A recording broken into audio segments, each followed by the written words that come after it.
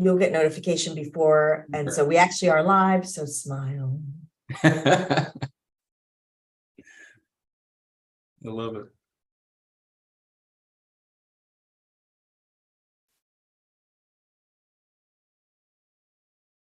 Hey, everyone. Welcome to another one of our GamiCon 48V pre-conference micro sessions. And I thought about it yesterday. And Scott, this is one thing that frustrates me. And I know you're a creative, so I know it probably happens to you too, but I get like these great ideas, but like a little too late, right? Like, oh, so I thought I should have called these, instead of micro sessions, I should have called these podcasts. Because who wants to go to a micro session? But people love podcasts, right? So, but I love doing them because it gives me an opportunity to reconnect with some of my favorite people on the planet. And these are people who, like Scott, this is Scott Provence, and he is now based in the Seattle area. Is that correct? Yeah, just out of Seattle. Seattle. I always have Reno in my mind. I know that's wrong. So in the Seattle, Washington area. And Scott and I connected, Gosh, don't even know how. Yeah, years and years ago. Years and years. And Scott is just one of those people that you want in your network, right? He always goes above and beyond. He's hugely generous in all of his knowledge. He shares it easily. Plus, he's this super creative. When I first saw some of his designs he was doing, I was like, oh, I want to be like Scott Provence when I grow up. He's so good. But Scott also was recognized internationally and won the award for low-tech gamification design for his game Rule the World, that was put together specifically for an organization who wanted very quick, shortcut design understanding of OKRs for their organization. And he was able to achieve really great outcomes from a card game. So it did not involve any kind of digital transfer, nothing. It was a hands-on interaction with really fun results. He also, of course, has a wonderful background in stories and storytelling and how to do that, and brings it all together in very playful, dynamic, creative, and interactive design. So live up to all of that, Provence. Go ahead, try it. So Scott, welcome. I am so glad you can be here for this. And talk with me. What's on your radar right now? What are some of the things that people are asking you for as far as designs, or what are you working on? Yeah, well, thank you so much for having me. So always such a pleasure to be talking, and I always leave our conversations with tenfold more ideas than when I came in. So this is really fun. I love another conversation. And yeah, what is on my mind? What is not on my mind right now? There's so many different areas that I'm really excited to explore.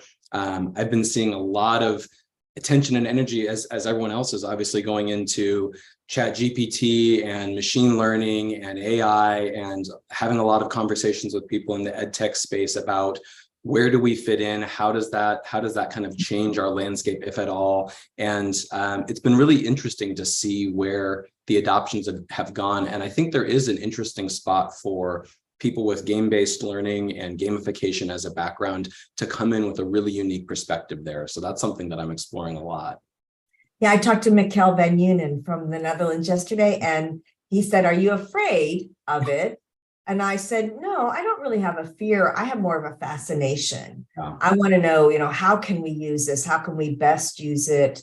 I know I've played with it a lot lately, and it's given me some really great generative ideas, right? Like, it can't get me where I need it to get to. One thing I've really noticed where it lacks hugely, Scott, is like the idea of activities and interactive learning. It's still very dry, very rote. And I was like, that's really, because it's only giving me the information that it's gotten so far. So the really creative, interactive, it's not drawing, it's not getting that yet. It will eventually.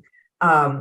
But again, I just think I see it right now as this tool that, because, and I was sharing, I'm loving it for analogies, because I love analogies, learning something to attach it to something I already know. And so I've been asking it all kinds of, can you make an analogy for X? And I love it'll go, sure. And sure. And then I'll say, I always am very grateful, right? I'll say, thank you so much. You've been very helpful, because I figure it's taking all this information That's right. and determining what human beings are really like. So That's right. We want to make sure it comes back and says, well, let's remember Monica. She was always so nice, and thank she was you. so kind. She was always so gracious. When they rule the world, I want them to remember there are some nice humans out here. Exactly. So, but also in the whole art side of it. Now, I know you've got a real nice artistic bent, but I was thinking just about how much a time saver can be just in generating concept art. Like, Yeah. would you like to go this way or this way?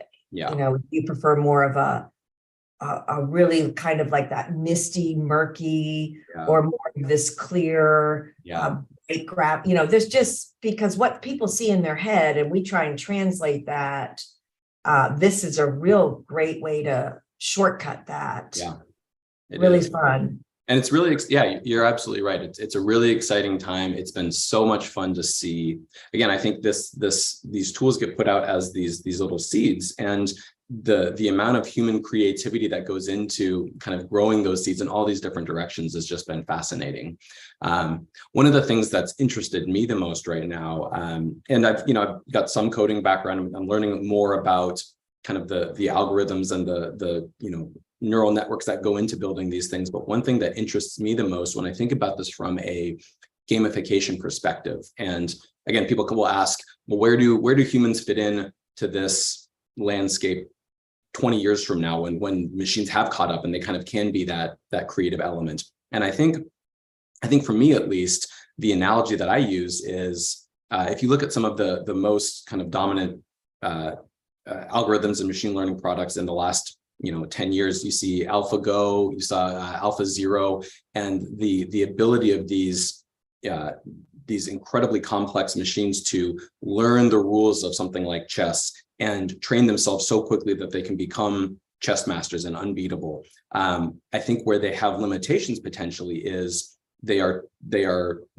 rule followers than us. And so I think where game-based learners and gamification experts can come in is we can apply our human creativity in ways that even the most advanced algorithms can't do that. The analogy I like to use is, I don't know if you remember Pop Warner, one of the legendary football coaches, from years and years ago, and he was known for bending the rules kind of to the point where he wasn't breaking them, but he was kind of bending the rules. And so he would give his players elbow pads that looked like footballs, and so that everyone crossed their arm, that everyone looked like they were holding the football. And the amount of human ingenuity, a computer would never really think that, because it would think these are the rules, we just have to follow the rules this way. And I think it takes that kind of game-based thinker and the game element to say, well, we're gonna interpret this a little bit differently. And I think that's where, again, being able to train ourselves in game-based thinking and creativity in that way is always going to give us a little spot in the future. I agree, because how often has someone looked at you and said, well, it just can't be done. It just Exactly. can't, right? Yeah. And Yeah. you're like, well, it can't, we just haven't thought of how to do it yet. And that is always that really fun challenge for me of, surely I had an idea that it can be done, so it must be able to, we just haven't figured out how yet, right? Yeah. And so it is that ingenuity, the looking at it differently, bending the rules. I'm a rule bender. Yeah. Give me a rule just so I can bend it. Yeah. I don't want to break the rules. I'm not a rule breaker. Right. But I am a rule bender, because I think a lot are just put there to make someone else's life easier. Mm-hmm. It's not to make something better. It's just to make it easier to, keep everybody in compliance. And I like to push it a little bit. Yeah, and with gamification, I know that a lot of people in our industry know this like magic circle idea, and so that when you step inside this magic circle of a game, it's anything goes within that sphere. And so how can you kind of get in there, see what the rules of this magic circle are, and then take it right up to the edge of that in a kind of playful idea. Yeah, and what is always also delightful for me is when people find those little places to push it a little bit further than what you were anticipating. You're like, ooh, that's good. That's when it gets really interesting. Yeah, did not think of that. Absolutely. Yeah. So as you think about design, are you still enjoying the idea of low tech?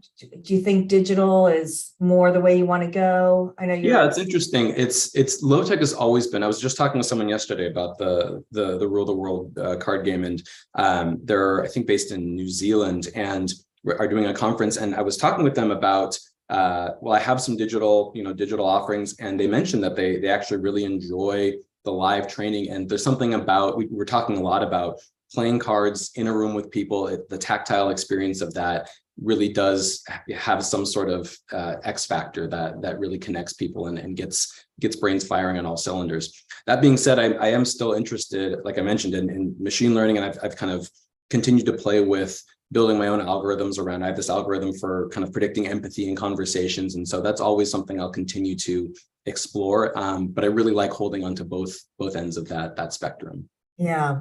And you forget, I mean, because we've been able to do wonderful things with this virtual, right? Like this, Yeah.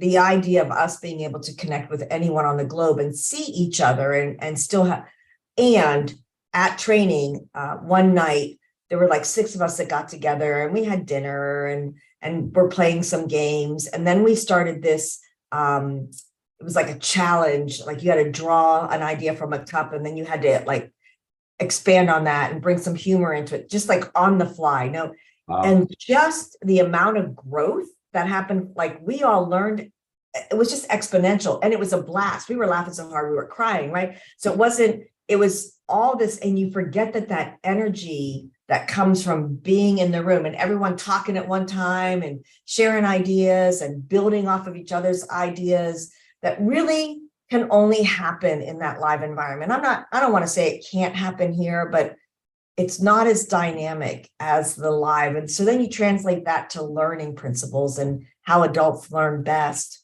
And in that space that's free to laugh and to grow and to hear ideas and tweak ideas, I just think there's so much positive that can happen from a live environment. Yeah, absolutely. And you're right. It's so important for us to not lose sight of either of those spectrums, that the virtual element allows people to connect across vast distances I'm meeting people that I never would have had a chance to meet before. And there's some benefit of getting into a room and, drawing things out on the board and having that kind of tactile generation happen too. Yeah. And as we think about what the future looks like for learning, we had a lot of conversation about that. And, I am that person that doesn't like to say never, because as soon as we say that's never going to happen, it's going to, right? So one of the things I heard never about a lot this past weekend was hybrid, where we would have people in the room live with us, and we would also be like live streaming to them somewhere else, or there's a room of people that are live somewhere and we're virtual and streaming. And I heard a lot of, I will never do that. I would never want to do that. And I was like, you just got to watch that word never, because because just like we thought that when everybody went into shutdown, well, this will never work. Remote people working remotely well, of course it worked. We had to make it work. And I really think that hybrid is going to be one of the solutions, because people have chosen different lifestyle options now, and many are not willing to go back to what it was before. They've made other choices. They've moved. They're not even in the right. And so now, as we think about having a quality workforce and keeping high potential employees who want to work with us and want to be productive and want to be successful, we as organizations are going to have to change our never thinking mind of what this could look like potentially. Yeah, you're totally right. And I hadn't thought of this, but it would make for an interesting hypothesis or test case to bring together a hybrid group of, a group of in-person and a group of virtuals, and present them a challenge and let each group kind of go off and think about it and see if you can measure the types of results they're getting back. Because I do think that you would get slightly different results from a more virtual and distributed, but not, able to synthesize a person group versus a group that's able to, whiteboard and throw ideas in the trash, and you might be able to actually measure the differences of ideas and how they complement each other in some interesting ways. Yeah.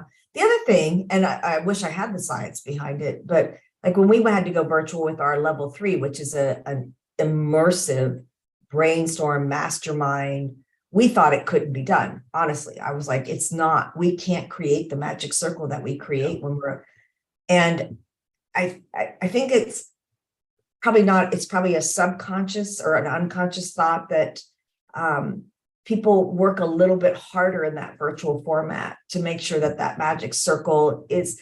And so we're actually seeing not a greater degree of success, but an as equal to of actual deployments of projects in a certain period of time from our virtual and our live group. And I wouldn't have predicted that that could happen.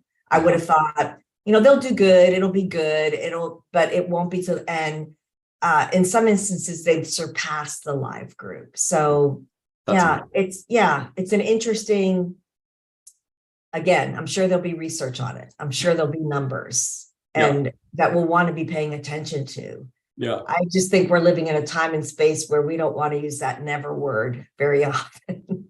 Absolutely agree. Assuming that's never going to happen. Oh, yeah. All right. So as you're thinking about the workforce and learning programs for adults, and I know you talk to a lot of people in your consulting business. Mm-hmm. If someone comes to you and they're like, okay, I know you've won awards. I know but I don't know about this games thing that you speak of. Isn't that really more for children? And why are we talking about it for adult learning and programs? What would be the one thing you'd want to tell that individual that as far as what their perspective on gamification, game-based learning would be? That's a really good question. If I had one thing to really communicate there, I would say be aware of your company's reaction to gamification and what that might be communicating about your company's overall culture. And I'll break that down on a few different levels. Maybe. Good. A company might say, well, yeah, I mean, we like the idea of games because we're a playful, fun company. We just don't want to commit kind of to a structural level. Okay, well, think a little bit about what that might mean and how that's being represented. I think everyone wants to be playful and fun. But I would actually, I encourage people when I consult or communicate about this, dig a little bit deeper. Does a lot of your play take the form of competition? And if so, competition can be a fine mechanic, but if that's really where you're focused as a company, how does that influence the culture? And how does that kind of shut down any sort of collaboration or exploration that might be encouraged through other game mechanics? And then I would say maybe most importantly as a level, and I know you and I've talked about this a lot, but are you giving your individuals safe spaces to try and fail? And this is, I think, what game-based learning can do better than almost anything else is create those safe spaces to try something out and fail in a safe environment. And I often find that a company's aversion to gamification can often signify an aversion to failure. And so when people say we don't want to do games, it might actually indicate this culture around we don't want to try things out. We don't want to mess up. I don't want to bring in a gamification thing here because what if it goes wrong? And the ability to kind of challenge that or to see that as a growth opportunity, I think matters much more than how the actual logistics of a game play out. I think that can signify a lot of what your company is ready to explore. That's really good. And I'm not in my normal workspace, or I would be able to pull that book right this second. But Scott is the author of a book that every L&D professional should read. Every single one, whether it's you're in higher ed and you've got higher ed students, high school, I think probably even elementary, it would be applicable. Definitely corporate training, HR compliance. The book is called Fail to Learn. And Provence, Provence, Scott Provence. You can get it at Amazon. It's a great read. You don't want to put it down. And you learn so much new that you have never thought about before. And he's got the research to back it up about how it's essential that we allow our learners to fail and the difference between failing and a permadeath. And one of the things, Scott, that I learned that I know is that the more confident I am and my answer was wrong, when I do learn the right answer, the more I'm going to remember that right answer. And that's fast because I'll be, no way, my answer is right. And I'll fight And then I'll realize, but I'll never forget what the right answer is then. Yeah. Yeah. The idea of confidence scores in confidence Huge, totally fascinating. huge. Yeah. Yeah. I love it. I love it. And again, it's called Fail to Learn. Easily affordable. Order it don't just put it in your cart. Go ahead, hit the send button, send it to me right away. You'll read it in a day or two, and it'll add so much depth to your learning program. Such a good piece of work, Scott. I know that. Yeah, I know you wrote it all with chat AI, but yeah, exactly. I'm so lying on that. It came out way before, and it wouldn't have given you that. I know it wouldn't have it, because it's just the creativity of the writing and just the whole interaction. It's Scott's personality all throughout that book. It's so very good. So very good. I recommend it to everyone. Thank you. Scott, thank you so much for taking the time with me today. I hope that you'll be able to join us in our 48 hours. Pop in, sit on the table. People will want to be asking you questions. I know about the Fail to Learn ideas. And also, so that's February 26th through 28th. We've got 48 hours of GamiCon. And we talked a lot this past weekend in Orlando about GamiCon coming up in New Orleans in September. And fingers crossed that you'll be able to be a part of that with us again. I would love to do both. And I will absolutely see you there in our virtual sessions coming up. And yeah,